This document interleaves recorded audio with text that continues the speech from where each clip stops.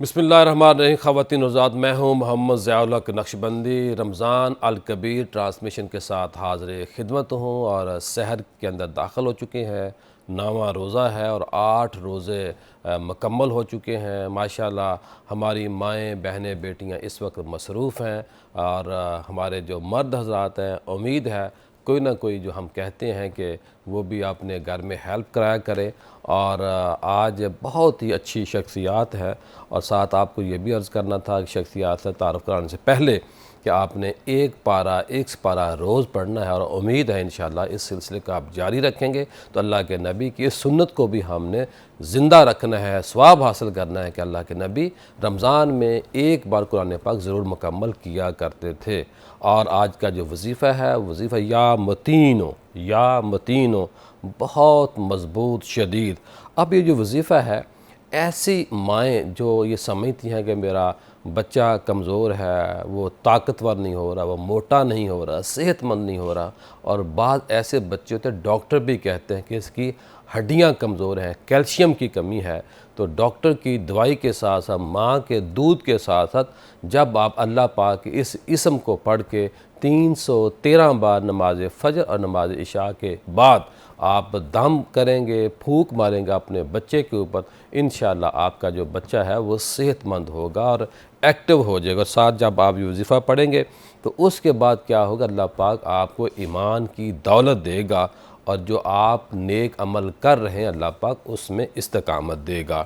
اور آج کی جو 2 بڑی شخصیات ہیں، بہت ہی پیارے نام ہیں، بہت ہی خوبصورت چہرے ہیں، ہمارے ساتھ موجود ہیں۔ حامد سعید ڈریس ایکسپرٹ ہیں، کسی تعارف کے محتاج نہیں ہیں، سوسائٹی کے اندر ڈیلیور کر رہے ہیں۔ امریکہ سے آ کر پاکستان میں شفٹ ہونا آج ہر بندہ یہ چاہ رہا ہے، سمجھ رہا ہے کہ میں پاکستان سے باہر چلا جاؤں، لیکن حامد سعید صاحب 25 کروڑ عوام میں واحد بندے ہیں کہ امریکہ سے آ کے یہاں کام کر رہے ہیں، اور مجھے اور آپ کو اچھا لباس پہنانے کی ترغیب دیتے ہیں۔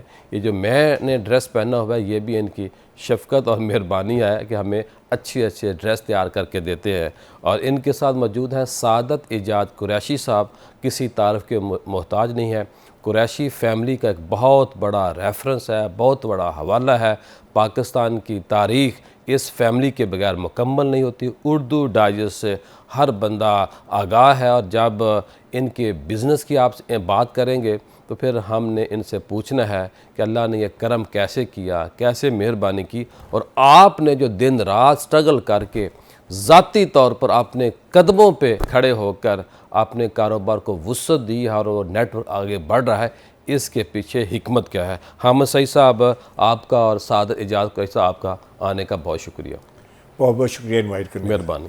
تعارف ہو چکا ہے، اور اب سب سے پہلے آپ کو نعت رسول مقبول سنانی ہے۔ میں اویس رضا صابری سے گزارش کروں گا کہ وہ ہمیں نعت رسول مقبول سنائیں۔ جی حامد سعید صاحب، کیا حال آپ کا؟ ٹھیک ٹھاک ہیں؟ جی بالکل ٹھیک، اب الحمدللہ۔ یہ بتائیے کہ ایک عام آدمی ہے، اس نے لباس بھی پہننا ہے، اس نے عید بھی کرنی ہے، اس نے رمضان بھی گزارنا ہے، اور اس کپڑے کو پھر آگے شادی کے لیے بھی استعمال کرنا ہے۔ اس حوالے سے اسلامی نقطہ نظر بھی ساتھ بتائیں۔ میں نے دیکھا ہے، سمجھا کہ آج آپ نے بڑی تیاری کی ہے۔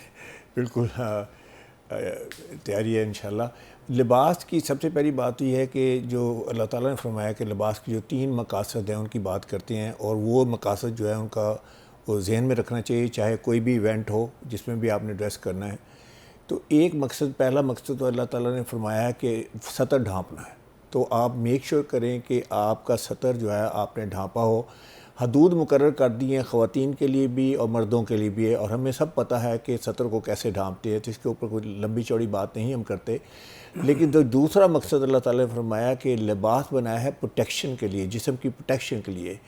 وہ کیوں؟ اس لیے کہ اللہ تعالیٰ اپنے مخلوق سے بڑی محبت کرتے ہیں، جس طرح ایک ماں اپنے بچے سے بڑی محبت کرتی ہے، وہ کس طرح اس کو پہناتی ہے سردیوں میں، layer after layer, layer after layer کپڑے پہناتی ہے کہ تاکہ اسے سردی نہ لگ جائے، اس کو تکلیف نہ پہنچے۔ تو اسی طرح اللہ تعالیٰ نے لباس بنایا ہے کہ اس کی جو اشرف المخلوقات ہے اس کو تکلیف نہ پہنچے۔ سردیوں میں کیا پہننا ہے، گرمیوں میں کیا پہننا ہے، طوفان میں کیا پہننا ہے، بارش میں کیا پہننا ہے، ہائکنگ کرنے جانے کیا پہننا ہے، اگر آپ جو ہے وہ کسی بھی موقع پہ جانا ہے تو آپ نے اپنی پروٹیکشن کا خیال رکھنا ہے, جسم کی پروٹیکشن کے لیے اللہ تعالیٰ نے لباس بنایا. اور تیسری سب سے بڑی امپورٹنٹ ہے جس کے اوپر ہم بات کریں گے آج, اللہ تعالیٰ نے لباس بنایا زینت کے لیے, خوبصورتی کے لیے, اچھا بھی لگنا چاہیے بندے کو, اچھا وہ لگنا چاہیے. اس میں جو نقطہ ہے, اہم نقطہ ہے, وہ یہ ہے کہ اللہ تعالیٰ خوبصورت ہے, خود خوبصورت ہیں. جمال جو ہے ایبسولوٹ جمال ہے تو اللہ کی ذات میں ہے, اور اللہ نے دنیا بھی بڑی خوبصورت بنائی ہے. ہم باہر نکلتے ہیں, ہم اللہ حسین ہے اور حسن کو پسند کرتا ہے, حسن کو پسند کرتے ہیں. تو اس لیے اللہ تعالیٰ نے یہ ہمیں زینت کا مطلب ہے کہ ہمیں خوبصورت لگنا ہے. اللہ تعالیٰ نے حکم دیا کہ ہم خوبصورت لگیں. یہ بڑا اچھا جملہ بول رہا ہے کہ لگنا ہے, اللہ نے بنا دی, لگنا اب آپ نے خود ہے, خود لگنا ہے.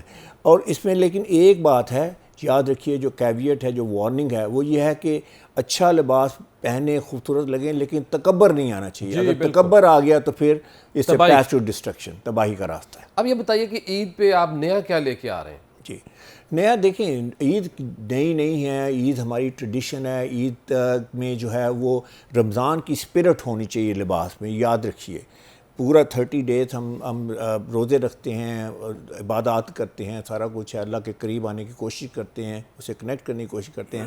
تو لباس میں بھی وہ پاکیزگی, وہ سادگی, لیکن وقار کے ساتھ لباس پہنے, اور اس کے ساتھ خوشی بھی ظاہر ہو.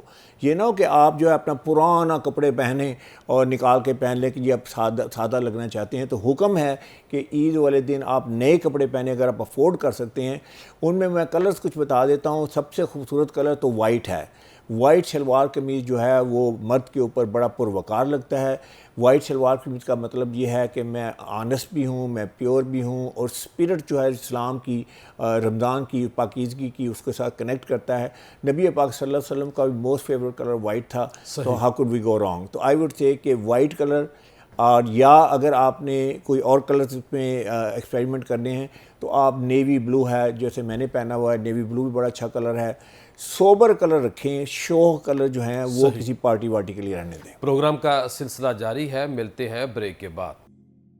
بریک کے بعد خوش آمدید. اب ہم چلتے ہیں سعادت ایجاد قریشی صاحب کی طرف اور ان سے پوچھتے ہیں کہ جو کام اور کام کے بعد جو آپ نے خدمت خلق کا جذبہ لیا ہوا ہے, یہ کہاں سے سیکھا, اور یہ جو آپ ماشاءاللہ اعلیٰ مقام پہ پہنچے ہیں, اس کے پیچھے ہنر کیا ہے, اس کے پہ فن کیا ہے, کتنا کام کرتے ہیں, اور یہ جو ماشاءاللہ آپ کا وسیع بزنس ہے, اس کے پیچھے اصل راز کیا ہے؟ پیر صاحب, اس کے پیچھے اصل راز تو خدا ہی بہتر جانتا ہے, لیکن سب سے پہلے ماں باپ کی دعائیں ہونا ضروری ہیں, اور اس کے بعد آپ کی محنت, اور جو سب سے اہم بات میں اپنی زندگی میں دیکھتا ہوں وہ یہ کہ فیصلہ کرنے کی صلاحیت. آپ قوت فیصلہ اگر آپ کے اندر فیصلہ کرنے کی صلاحیت ہے, آپ فیصلے کریں, اچھے ہوں گے اور برے بھی ہوں گے, لیکن فیصلے کرنے چاہیے. اور ہمارے ہاں جو سب سے بڑا پرابلم ہے اور وہ یہی ہے کہ ہم لوگ فیصلے نہیں کرتے, فیصلوں کو ڈیلے کرتے رہتے ہیں, تو اس سے ترقی نہیں ہوتی. آپ جس بھی بڑے انٹرپرینیور کو دیکھیں گے اس نے فیصلے کیے ہیں اور دھڑا دھڑ فیصلے کیے ہیں. اور دوسرے جو ہے ڈی سینٹرلائز کریں, کہ اختیارات اپنے پاس مت رکھیں, اختیارات کے لیے آپ سسٹم بنائیں, پروفیشنل ٹیم کو اپنے پاس رکھیں, اور پروفیشنل ٹیم سے رپورٹنگ لیں. اگر ہم ڈے ٹو ڈے میٹر میں انوالو ہو جائیں گے, جو انٹرپرینیور پاکستان میں نارملی کرتے ہیں کہ وہ اے ٹو زی گیٹ پاس سے لے کے فیکٹری میں ہر چیز ان ہونے آؤٹ ہونے تک کے خود ذمہ دار ہوتے ہیں, تو پھر آپ کے پاس امپلائیز جو ہوتے ہیں وہ ڈمی بن جاتے ہیں. آپ کو ان امپلائیز کو امپاور کرنا چاہیے اور ان سے کام لینا چاہیے. ہمارا انٹرپرینیور ڈرتا ہے کہ یہ اختیارات اگر میں نے دے دیے, کیونکہ اس نے ٹیکس بھی بچانے, وہ ٹیکس بچانے کے لیے بھی 2 بکس رکھتا ہے, پھر اختیارات پھر اپنے پاس لے لیتا ہے. تو ہمارے یہاں اصول یہ کہ ہم ایک بک رکھتے ہیں اور اس کے اوپر کام کرتے ہیں. تو اس سے کیا ہوتا ہے کہ سوچنے کے لیے ٹائم دیتے ہیں آپ. جی, پکی رسید. اس میں یہ ہوتا ہے کہ آپ کو سوچنے کا ٹائم ملتا ہے, آپ نئے منصوبے سوچ سکتے ہیں, آپ ان کے اوپر کام کر سکتے ہیں. تو اس سے جو ہے نا آپ ترقی کرتے ہیں. پھر محنت تو کرنا ہمارا کام ہے, گیو یور 100%, اور پھر اللہ کے اوپر چھوڑ دیں کہ اللہ اس کے اوپر کتنی کامیابی آپ کو دیتا ہے جو آپ کے نصیب میں ہوگی. نصیب جو ہے وہ ہر کسی کا الگ الگ ہے. یہ نہیں ہو سکتا کہ میرا نصیب آپ کے ساتھ ہے اور آپ کا نصیب کسی اور کے ساتھ ہے. تو آپ خود محنت کریں اور اس کے بعد اللہ پہ چھوڑ دیں, اور ایمانداری سے کریں, اللہ میں انشاءاللہ رزق دیں گے. اب یہ بتائیے کہ جو آپ کا ماشاء اتنا وسیع بزنس ہے، اس کے پیچھے آپ کی امانت ہے، دیانتداری ہے، شرافت ہے، صداقت ہے اور سعادت آپ خود ہیں، کیا راز کیا پیچھے جی؟ دیکھیں، اگر میں یہ کہوں کہ میں ٹائم کا پابند ہوں تو بائی ڈیفالٹ مجھے ٹائم کا پابند ہونا چاہیے. اگر میں کہوں کہ میں ایماندار ہوں تو ہم ایز اے انسان مسلمان آپ ہوتے. ہمیں اکثر بتاتے ہیں کہ میں 10 بجے میٹنگ لیتا ہوں. جی، میں 10 بجے کا مطلب ہے 10 بجے ہی 10:03 تک ویٹ ہوتا ہے، اس کے بعد میٹنگ آٹو سٹارٹ ہو جاتی ہے.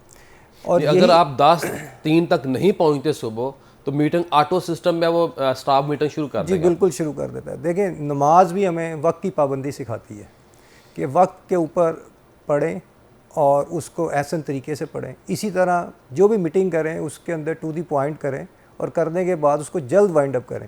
یہ جو ہمارے انٹرپرینیور اور سیاستدان 6 گھنٹے 8 گھنٹے کی میٹنگ کرتے ہیں، اس میں کچھ نہیں نکلتا.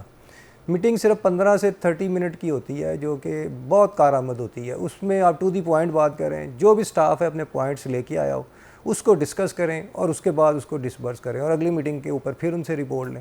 ڈیلی میٹرز میں انٹرپرینر کو ڈے ٹو ڈے میٹرز میں انوالو نہیں ہونا چاہیے، وہ بے شک کپڑے کی دکان ہو یا وہ بڑی فیکٹری ہو. اگر آپ نے کاروبار بڑھانا ہے تو آپ کو خود فارغ ہونا ضروری ہے. آپ خود فارغ ہوں گے تو آپ نئے منصوبے اچھے طریقے سے سوچ سکیں گے. اب یہ بتائیے کہ جو ماشاءاللہ جو آپ کا نیٹ ورک ہے، ایک نیا بندہ جو ہے وہ کیسے سیکھے، کیسے کرے، اور اگر تھوڑے پیسے ہیں اس کے پاس، وہ طریقہ کار کیا اختیار کرے بزنس کا؟ دیکھیں، میں نے جب بزنس شروع کیا تو میرے پاس بھی کوئی پیسے نہیں تھے، صرف محنت کی تھی اور مارکیٹ کا جو کریڈٹ تھا اس کو استعمال کیا تھا. اس کے بعد ان کو یہ پتہ ہے کہ سعادت کے ورڈز کافی ہیں. اگر آپ بزنس کو ایمانداری سے کریں اور بزنس سے پراپرٹیاں نہ بنائیں، لوگوں کے پیسے سے، بزنس سے ضرور بنائیں لیکن لوگوں کے پیسے سے اپنے کام مت کریں. تو ہمارے یہاں انٹرپرینور کیا کہتا ہے، مارکیٹ کے پیسے لیے اور پراپرٹی میں لگا دیے، تو پراپرٹی بیٹھی تو مارکیٹ کے پیسے بھی بیٹھ جاتے ہیں صاحب. یہ کام مت کریں، آپ اپنے پیسے سے جو مرضی کریں. اب ہم صاحب یہ بتائیے کہ اچھے بزنس مین کے لیے اچھا لباس کیوں ضروری ہے، دیکھیں یا کتنا ضروری ہے، یا نہیں ضروری؟ میں 3 چیزیں پوچھ رہا ہوں آپ سے. بہت ضروری ہے، اس لیے کہ لباس جو ہے وہ ایک مارکیٹنگ ٹول ہے. جو ہی آپ کہیں جاتے ہیں سب سے پہلے آپ کے بولنے سے پہلے آپ کا لباس بولتا ہے. تو آپ کا لباس آپ کے بارے میں کیا کہتا ہے، اس کے بارے میں آپ کو پتہ ہونا چاہیے. 4-5 چیزیں ہیں جو لباس جو ہے بغیر بولے آپ کی تعریف یا جو بھی آپ کے بارے میں بتاتا ہے. پہلی بات یہ بتاتا ہے کہ آپ کس سوشل کلاس سے بلانگ کرتے ہیں. آپ امیر لوگوں سے بلانگ کرتے ہیں، آپ اپر مڈل کلاس سے بلانگ کرتے ہیں، مڈل کلاس سے بلانگ کرتے ہیں، لوور مڈل کلاس سے بلانگ کرتے ہیں. اچھا، اس میں امپورٹنٹ پوائنٹ یہ نہیں ہے کہ آپ کہاں سے بلانگ کرتے ہیں. امپورٹنٹ پوائنٹ یہ ہے کہ ویل گروم لگتے ہیں کہ نہیں لگتے، ویل پٹ ٹوگیدر لگتے ہیں کہ نہیں لگتے. اگر آپ ویل پٹ ٹوگیدر لگتے ہیں، ویل گروم لگتے ہیں، تو دین دیر از نو کویسچن آسکڈ. لوگ کہتے ہیں اچھا ٹھیک ہے بات کیجئے. لیکن اگر آپ ویل گروم نہیں لگتے تو پھر بے شمار کویسچن ہیں، پتہ نہیں کون سے نیبرہڈ میں رہتا ہوگا، کون سی کار چلاتا ہوگا، گھر کیسا ہوگا، تو وہ ایک دوسرے ٹریک پہ چلے جاتے ہیں. دوسری بات ہے کہ آپ کو کامیاب لگنا چاہیے. آپ اگر کامیاب نہیں لگتے تو لوگ آپ سے امپریس نہیں ہوں گے، آپ سے نہ چیز کوئی خریدیں گے، نہ آپ کے بزنس میں پارٹنر بنیں گے، نہ ہی آپ کو ہائر کریں گے. تیسری بات بڑی امپورٹنٹ ہے کہ نان وربلی، بغیر کہے ہوئے آپ کو کانفیڈنٹ لگنا چاہیے. اگر آپ کانفیڈنٹ لگتے ہیں تو گیم از اوور. ایک بندہ کانفیڈنٹ ہی لگتا ہے تو کیا آپ اس کے ساتھ کسی کی انگیجمنٹ کریں گے؟ سوال ہی نہیں پیدا ہوتا. اور چوتھی بات بڑی امپورٹنٹ ہے کہ آپ اہم لگیں، آپ امپورٹنٹ لگیں. اگر آپ امپورٹنٹ اور اہم نہیں لگتے تو آپ کی بات کون سنے گا؟ تو آپ کو اہم لگنا ہے، امپورٹنٹ لگنا ہے. ہاں، تکبر نہیں ہونا چاہیے، غرور نہیں ہونا چاہیے. اور آخری بات اس میں یہ ہے کہ کہے بغیر آپ ایک ٹرسٹ وردی اور کریڈیبل بندے لگیں. انہوں نے ابھی یہ بزنس کی بات کی، تو بزنس میں سب سے بڑی بات ٹرسٹ کی ہے. آپ لوگوں سے بزنس کرتے ہیں تو اگر آپ ٹرسٹ وردی اور کریڈیبل نہیں لگتے کی بات ہے، اندر سے ضرور ہیں، ہونے بھی چاہیے لیکن لگتے نہیں ہیں. اب میرے 3 چھوٹے سوال ہیں آپ سے. جی. ایک فیکٹری کا یا بزنس کا جو اونر ہے اس کا لباس کیسا ہونا چاہیے؟ ایک جو اس نے CEO بنایا ہے خود یا بیٹا یا جو بھی اس کا باہر سے، اس کا لباس کیسا ہونا چاہیے؟ ساتھ یہ بتائیے کہ جو مینیجر لیول کے لوگ ہوتے ہیں ان کا لباس کیسا ہونا چاہیے؟ دیکھیں، پہلے CEO کی بات کر لیتے ہیں. CEO کی سب سے پہلی بات ہے کہ CEO کو CEO لگنا چاہیے. اگر CEO نہیں لگتا تو میرا خیال ہے کہ وہ اتنا جو نا اپنا افیکٹو نہیں ہو سکتا. کئی لوگ CEOs ہیں، میرے پاس ایک CEO صاحب آئے تو شلوار قمیض پہننی چاہیے، ضرور پہننی چاہیے، لیکن انہوں نے کچھ طرح سے شلوار قمیض پہنی ہوئی تھی کہ اتنا رنکلی شلوار قمیض میں نے کبھی لائف میں نہیں دیکھا. صحیح. تو جب بیٹھی تو میں نے کہا مجھے نہیں پتا کہ کانورسیشن کہاں سے شروع کرنی ہے. تو میں نے کہا سر ویسے ایک بات پوچھوں آپ سے. کہنے لگے ہاں. میں کہا سر سی او لگنا چاہیے کہ نہیں لگنا چاہیے؟ تو ایک دم سے وہ کہنے لگے ہاں اچھا وہ میرے بارے میں بات کر رہے ہیں. میں کہ نہیں آپ. تو کہنے لگے آپ بالکل ٹھیک کہہ رہے ہیں. خود انہوں نے بات سنائی کہ لاسٹ ویک میں ایک اپنے مارکیٹنگ مینیجر کے ساتھ گیا ایک ایونٹ پہ, تو وہ مجھے نہیں جانتے تھے, تو وہ بڑا سوٹڈ بوٹڈ تھا اور میں اسی طرح سمپل سے کپڑے پہنے ہوئے تھے. تو انہوں نے کیا کیا کہ انہوں نے مجھے کہا کہ جی آپ پیچھے بیٹھ جائیں, اس کو آگے بٹھا دیا میری سیٹ پہ. تو یہ اکثر ہوتا ہے. تو آپ اگر سی ای ہوں تو میں کہوں گا 4-5 چیزیں آپ میں لگنی چاہیے. اسپیڈ سے جی. ایک ہے کہ آپ کو ریفائنڈ لگیں, پالش لگیں, سفسٹیکیٹڈ لگیں, آپ سکسیزفل لگیں, اور آپ جو ہے جیسے میں نے پہلے مینشن کیا آپ کو ٹرسٹ ورتھی اور کریڈیبل, اور سب سے بڑی بات ہے آپ کو پاورفل لگنا چاہیے. اگر آپ مینیجر ہیں تو مینیجر میں یہ ہے کہ آپ جو ہے وہ ایک ڈیسنٹ اور کمپیٹنٹ لگیں. آپ لگیں کہ آپ جو بھی آپ کا عہدہ ہے اس کو آپ ٹھیک سے کر سکتے ہیں, اور آپ کا لباس میں وہ چیز جو ہے وہ شو ہونی چاہیے کہ آپ جو ہے ایک امپورٹنٹ بندے ہیں اور آپ کی بات میں اثر ہوگا. اور اگر آپ جو ہیں وہ اگر آپ بننا چاہتے ہیں مینیجر, تو میں کہوں گا کہ جو مینیجر 2 لیول ابو کی ڈریسنگ کریں. جو نیکسٹ لیول اگلے سوال کے ذہن کو پڑھ لیتے ہیں, یہ میں سوال کرنے والا تھا جی, تو اس کی نیکسٹ لیول کی یا نیکسٹ لیول کی ڈریسنگ کریں. پروگرام کا سلسلہ جاری ہے, ملتے ہیں بریک کے بعد. بریک کے بعد خوش آمدید خواتین و حضرات. اللہ کا بڑا فضل اور کرم ہے اور اس نے ہمیں 9واں روزہ رکھنے کی توفیق دی ہے. آپ دیکھیے پہلا عشرہ ختم ہونے کو آ گیا. یہ مہمان ہے, یہ ہم سے رخصت ہو رہا ہے. آہستہ آہستہ ہم نے اس کی قدر کرنی ہے, اور اب ہم دوبارہ سعادت ایجاد اشرا تر جاتے ہیں, ان سے پوچھتے ہیں کہ یہ آپ کی محنت ہے اس کا صلہ کیا سمجھتے ہیں, اس کا اجر کیا سمجھتے ہیں, جو آپ یہ کیا سمجھتے ہیں کہ جو ایک عام ملازم ہے وہ آپ کے نزدیک ہونا چاہتا ہے, کسی بھی اونر کے نزدیک وہ پوزیشن بدلنا چاہتا ہے, ترقی کی طرف جانا چاہتا ہے, تو آپ کن ملازمین کے اوپر زیادہ شفقت کا ہاتھ رکھتے ہیں اور ان کی خوبیاں کیا ہوتی ہیں؟ سب سے پہلے تو میں آپ جو پہلے بات ہو رہی تھی اس میں ایک بات ایڈ کر دوں کہ جب آپ کسی میٹنگ میں جاتے ہیں, جو ٹیبل کے دوسری طرف بیٹھا ہوتا ہے وہ ایک لاشعور میں ایک ڈیسیجن کر لیتا ہے آپ کو پہلے 5 سیکنڈ میں دیکھ کے کہ میں نے 5 سیکنڈ, پہلے 5 سیکنڈ بہت اہم ہوتے ہیں جب آپ کسی میٹنگ میں روم میں داخل ہوتے ہیں. یہ میں نے ایک کورس کیا تھا تو اس میں ہمارے ٹیچر نے ہمیں بتایا تھا کہ آپ ایک لاشعور میں فیصلہ کر لیتے ہیں کہ میں نے اس کے ساتھ ڈیل کرنی ہے یا نہیں کرنی. اور وہ سب سے زیادہ ڈپینڈ کرتی ہے آپ کے لباس کے اوپر کہ آپ کے بال بکھرے ہوئے ہیں, آپ نے شیو کی ہوئی ہے کہ نہیں کی ہوئی, آپ سوتے ہوئے اٹھ کے چلے گئے ہیں, انٹرویو دینے گئے ہیں یا میٹنگ کرنے گئے ہیں.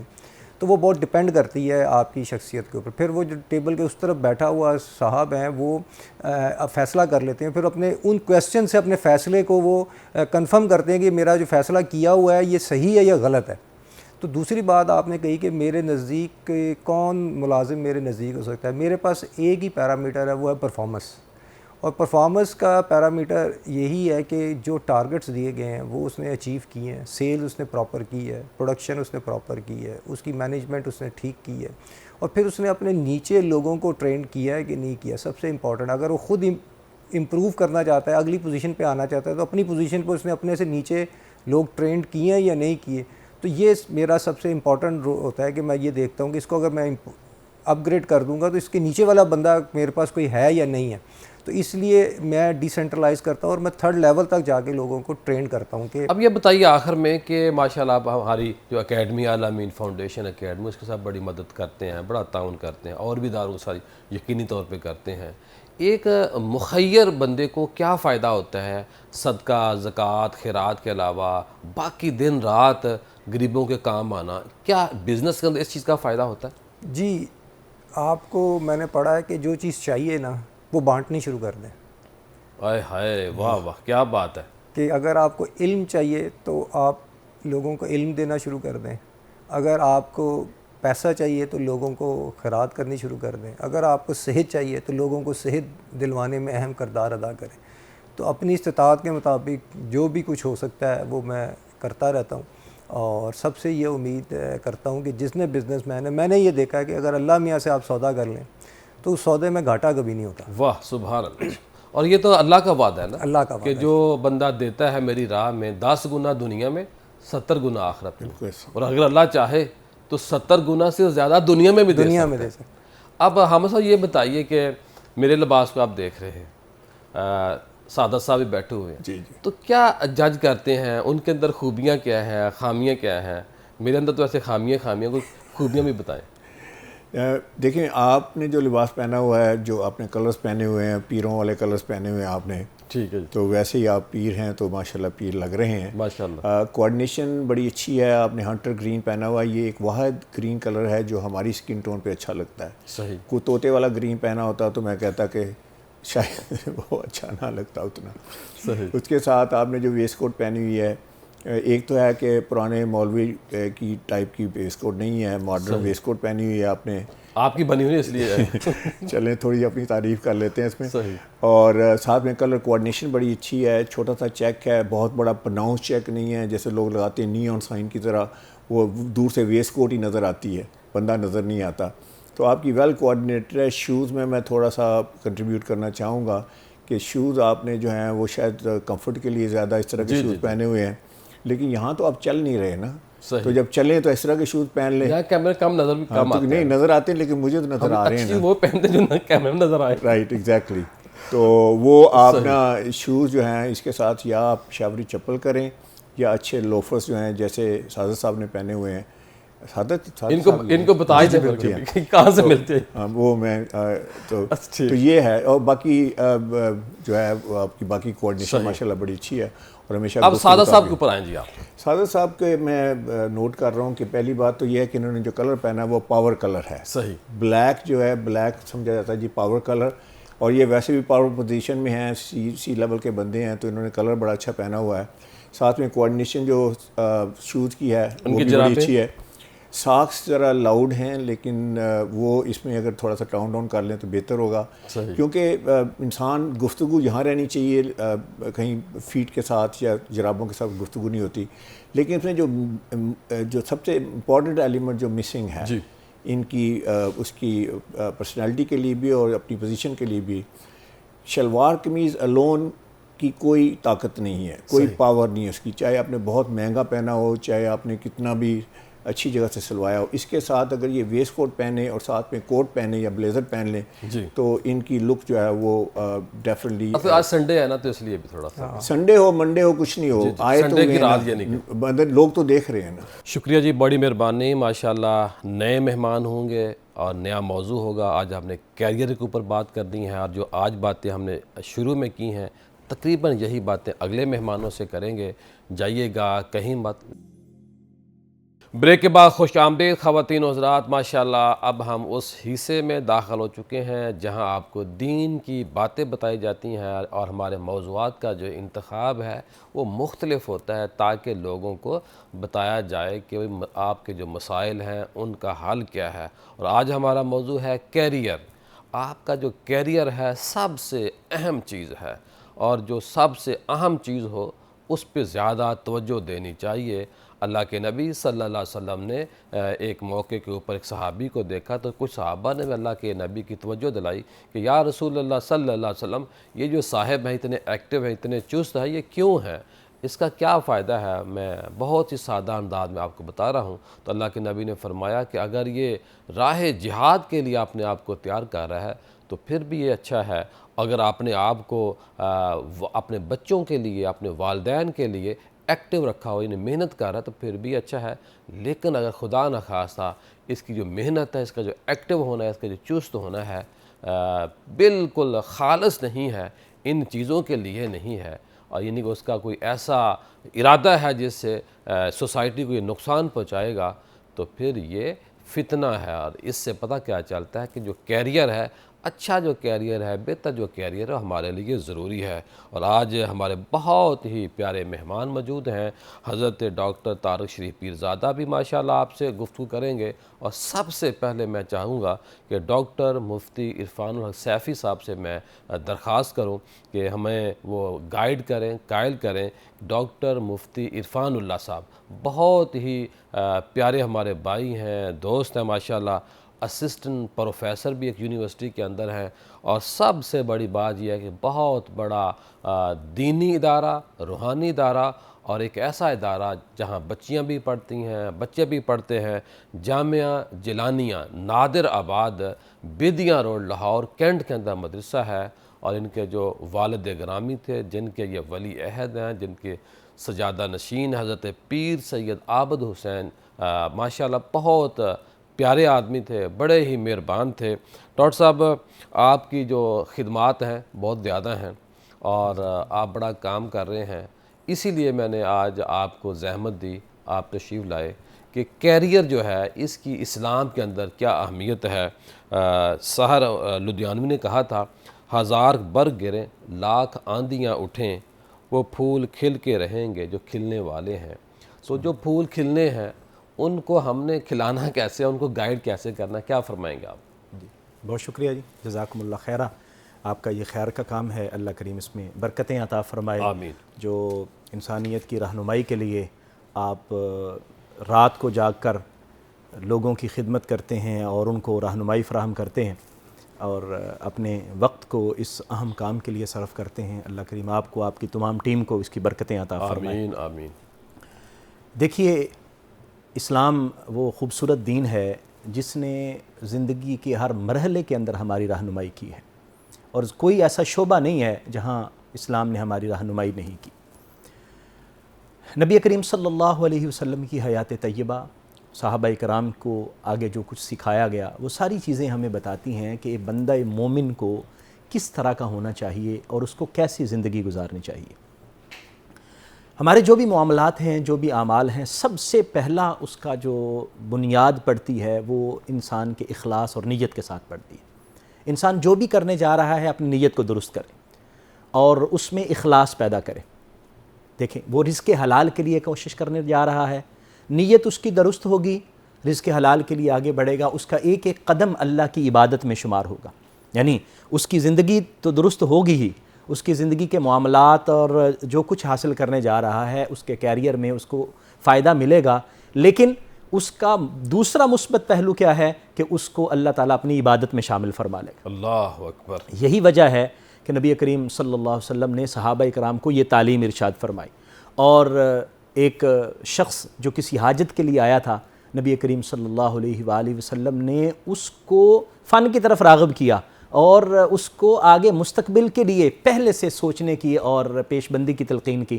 حضور نے فرمایا، کڑھالا لے آؤ، رسی لے آؤ اور جا کے اپنا کام کرو۔ اللہ، یعنی اس کا مطلب ہے کہ رزق حلال کے لیے کوشش کرنا یقیناً اللہ تبارک و ساتھ اس تعالیٰ کو یہ بھی کہا کہ بھئی اب آپ نے زیادہ جلدی گھر بھی نہیں آنا، یعنی محنت زیادہ کریں باہر جا کے۔ تو اس سے ہمیں یہ پتہ چلتا ہے کہ اسلام ہماری ہر معاملے میں رہنمائی کرتا ہے، لیکن ہمیں درست نیت کے ساتھ چلنا چاہیے۔ اب یہ بتائیے مجھے تھوڑا سا کہ اسلام کس عمر میں اپنے کیریئر کی بہتری کے لیے، سٹرگل کرنے کے لیے، سوچنے سمجھنے کے لیے یا پلاننگ کرنے کے لیے گائیڈ کرتا ہے؟ دیکھیے، اس کے لیے کوئی باقاعدہ کوئی عمر کی قید تو نہیں لگائی گئی، لیکن ہم یہ سمجھ سکتے ہیں کہ جس طرح ایک انسان جب وہ تک کہتے ہیں وقت کی بات ہوتی ہے۔ جی مثلا ایک بچہ ہے، وہ نابالغ ہے، اور نابالغ بچے کے نان و نفقے کا سارا جو ذمہ ہے وہ اس کے والد کے اوپر ہے، لیکن جیسے ہی بالغ ہو جاتا ہے تو شریعت کہتی ہے کہ اب اس پر فرض نہیں رہا، اگرچہ وہ ادا کیا جاتا ہے۔ جی۔ اس کا مطلب یہ ہے کہ بچہ جب بالغ ہو جاتا ہے تو پھر اس کو اب اپنے کیریئر کی طرف موو کرنا چاہیے اور اس کو تھوڑا تھوڑا اس کی طرف آنا چاہیے اور اس کی تربیت شروع کر دی جائے، اور پھر جب اس کا عقل و شعور ہو جائے، جیسے قرآن مجید کے اندر سورہ نساء میں یہ ذکر کیا گیا کہ جو یتیم ہو جاتے ہیں تو ان کے مال کی ذمہ داری کوئی بھی عزیز رشتہ دار یا کوئی بھی لے لے، اور جب وہ شعور کی عمر کو پہنچ جاتے ہیں، رشد کا لفظ ہے وہاں قرآن مجید کے اندر، یعنی شعور کی عمر کو پہنچ جاتے ہیں تو ان کا مال ان کے سپرد کر دیا جائے۔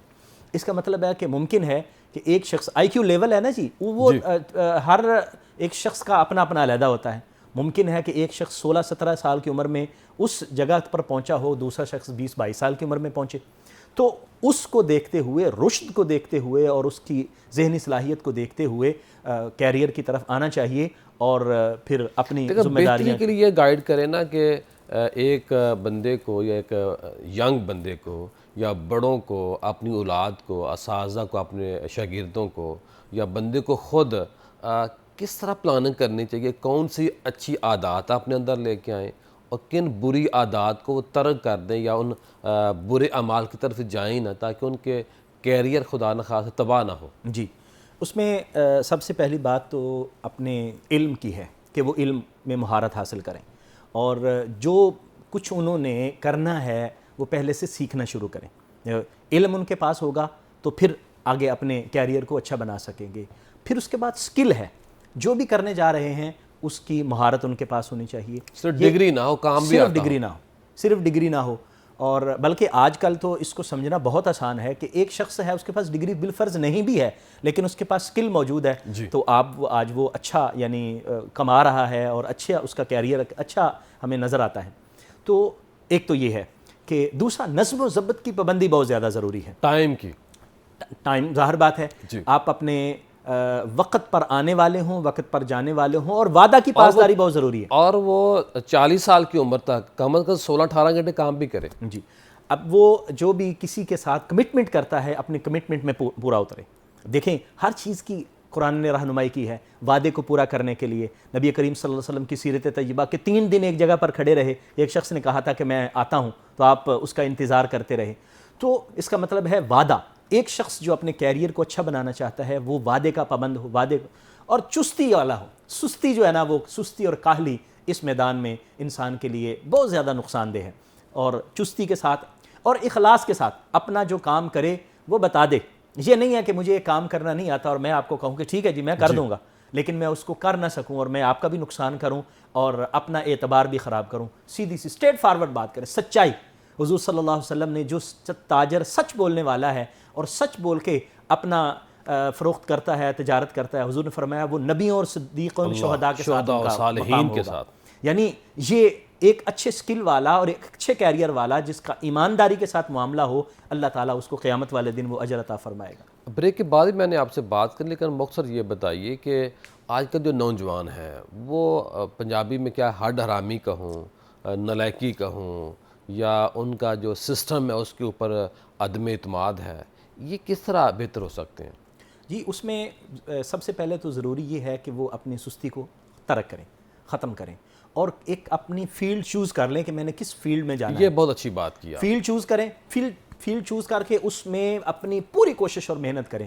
میں عرض کرتا ہوں کہ بہت سارے نوجوان اس وجہ سے نقصان دہ ہوتے ہیں، نقصان میں رہتے ہیں کہ وہ ایک جگہ دیکھتے ہیں اچھا یہ چیز فائدہ مند ہے تو ادھر چلے جاتے ہیں، پھر دوسرے لمحہ خیال آتا ہے کہ نہیں یار وہ زیادہ فائدہ مند ہے، ادھر چلے جاتے ہیں، پھر تیسری جگہ۔ تو غیر مستقل مزاجی سے جب آگے چل جاتے ہیں تو پھر ان کو نقصان ہوتا ہے۔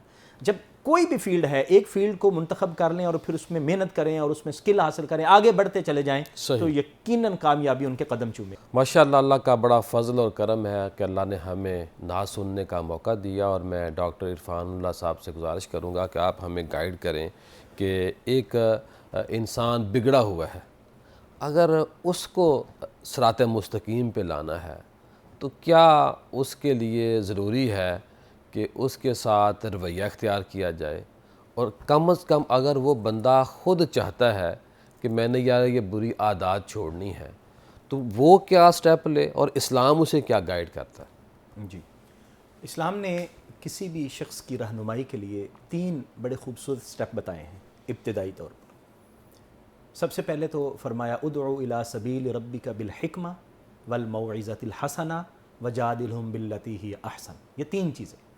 سب سے پہلا تو یہ ہے کہ اس کو حکمت کے ساتھ، دنائی کے ساتھ، جس غلط عادت میں وہ مبتلا ہے اس کو اس سے نکالنے کے لیے حکمت کے ساتھ، دانائی کے ساتھ کام کیا جائے۔ اچھا، وہ محبت کے ساتھ، پیار کے ساتھ، بعض اوقات ڈانٹ ٹپٹ بھی، کوئی بڑا ہے، والد ہے، استاد ہے، تھوڑی سی ڈانٹ ٹپٹ بھی ممکن ہے، لیکن حکمت کو برحاذ ملحوظ خاطر رکھا جائے کہ کس طرح ہم اس کو اس گناہ کی یا اس بری عادت کی دلدل سے نکال سکتے ہیں۔ صحیح، واعظ حسنہ، اچھی باتیں کر کے اس کو آخرت کا کیونکہ پیار تو اس سے ہے، لیکن جو برے کام کر رہا ہے اس سے بندے کو نفرت ہے، بندے سے نفرت نہیں ہے، کیونکہ ہمارے صوفیہ کا بھی طریقہ کار ہے۔ میں عرض کرتا ہوں، آپ نے بڑی خوبصورت بات کی ہے۔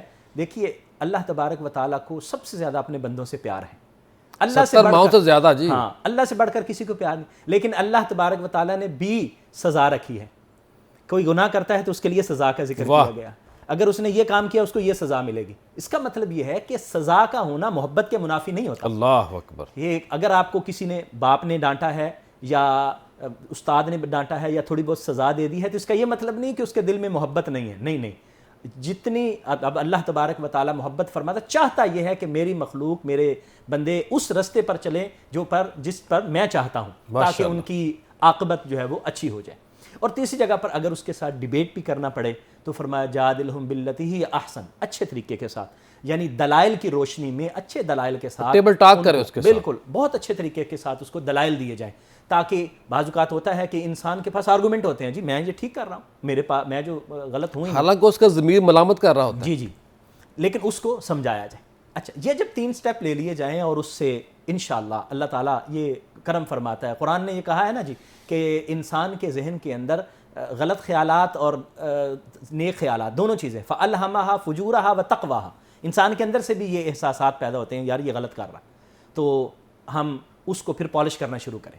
اور ایک بہت ضروری سٹیپ ہے کہ اس کی جو سنگت اور معیت اور صحبت ہے وہ ٹھیک کرے، تاکہ جن لوگوں کے ساتھ اس کا اٹھنا بیٹھنا کھانا اور پینا، وہاں جہاں سے اس نے یہ چیزیں اپنے اندر داخل کی ہیں، اڈاپٹ کی ہیں، وہ ان سے صحبت والی مثال جو ہے وہ اس سے دور، عطر فروش کی اور لوہار والی، جی وہ بڑی خوبصورت ہے۔ نبی کریم صلی اللہ علیہ وسلم کی حدیث ہے جی، حضور صلی اللہ علیہ وآلہ وسلم نے فرمایا کہ اس کی مثال ایسے ہے کہ ایک نیک اعمال اور نیک کام کرنے والے کی صحبت ایسی ہے جیسے خوشبو کی دکان ہے، اور آپ وہاں پر جاتے ہیں، کوئی آپ چیز خریدتے نہیں ہیں، صرف دکان میں داخل ہوتے ہیں تو آپ کو خوشبو آنا شروع ہو جاتی، آپ نے کوئی خریداری نہیں کی۔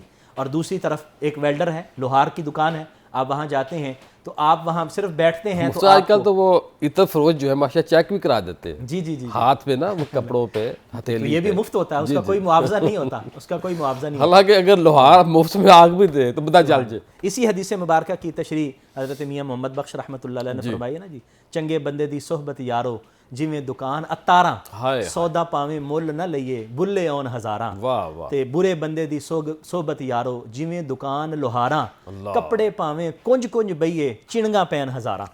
تو یہ صحبت جو ہے نا، تپش تو اس کی ملتی ہے نا جی۔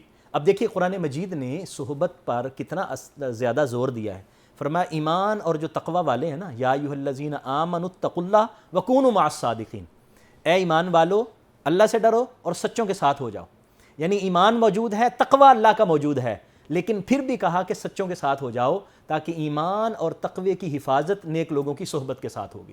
اگر نیک لوگوں کی صحبت میں بیٹھو گے، ایمان بھی محفوظ رہے گا، تقوی بھی محفوظ رہے گا۔ اب ماں کیا کر سکتی ہے اپنی اولاد کے کیریئر کو بہتر بنانے کے لیے؟ ماں وہ کردار ادا کر سکتی ہے جو ہماری سیدہ طیبہ طاہرہ سیدہ فاطمہ زہرا نے امام حسن اور حسین کی تربیت میں کیا تھا۔ سبحان اللہ۔ میں سمجھتا ہوں کہ ماں سب سے بہترین ایک آئیڈیل استاذ ہو سکتی ہے اولاد کے لیے۔ آپ دیکھیے کہ امام حسن اور حسین کی مثالیں بہت بڑی مثالیں ہیں، لیکن اگر ہم ان کے غلاموں کی طرف دیکھیں تو بہت سارے ہمیں اولیاء اکرام ملتے ہیں کہ جن کے والد انتقال کر چکے تھے، لیکن ان کی والدہ نے ان کی تربیت کی اور زمانے کے غوث اور قطب بنے۔ صاحب میں تو اکثر کہتا ہوں، میں نے کہ ریسرچ بھی کی ہے، کہ جتنے بڑے لوگ ہیں، وہ صحابہ ہوں، وہ اولیاء ہوں، صلح صالحین ہوں، محدثین ہوں، بلکہ آج یہ 200 سال کے جو بڑے اولیاء کرام ہیں، یا 1000 سال پیچھے بھی چلے جائیں، سب کے جو والد ہے وہ بچپن میں فوت ہوئے ہیں، ان کی ماؤں نے اپنے اولاد کی رہنمائی کی ہے۔ پروگرام کا سلسلہ جاری ہے، جائیے گا کہیں مت۔ بریک کے بعد خوش آمدید، ماشاءاللہ ہمارا پروگرام کا سلسلہ جاری ہے، اور اب ہمارے ساتھ موجود ہیں ڈاکٹر طارق شریف زادہ صاحب۔ بہت ہی اچھی گفتگو کرتے ہیں اور بڑے اچھے انداز میں کرتے ہیں، اور جب ہم نے سوچا کہ کیریئر موضوع رکھنا ہے تو پھر ہم نے سوچا کہ ان کو ضرور لازماً زحمت دی جائے، اور ان کی مہربانی ہے، تشریف فرما ہے۔ جناب والا کیا کہیں گے، ایک بندہ جو ہے اس کو کیریئر بہتر بنانا ہے، اور آج کل جو چھوٹے چھوٹے مسائل ہیں نوجوانوں کے، ڈگری بھی ہے، سب کچھ ہے، اور وہ بیچارہ پریشان ہے اور محنت بھی نہیں کرنے کا عادی، کس طرح اس کو موٹیویٹ کیا جائے؟ اور جو عدم اعتماد ہے اس وقت ہمارے نوجوانوں کا ہماری سوسائٹی کے اوپر، نوجوان کا سوسائٹی کے اوپر، اب آگے سمجھ چکی ہے.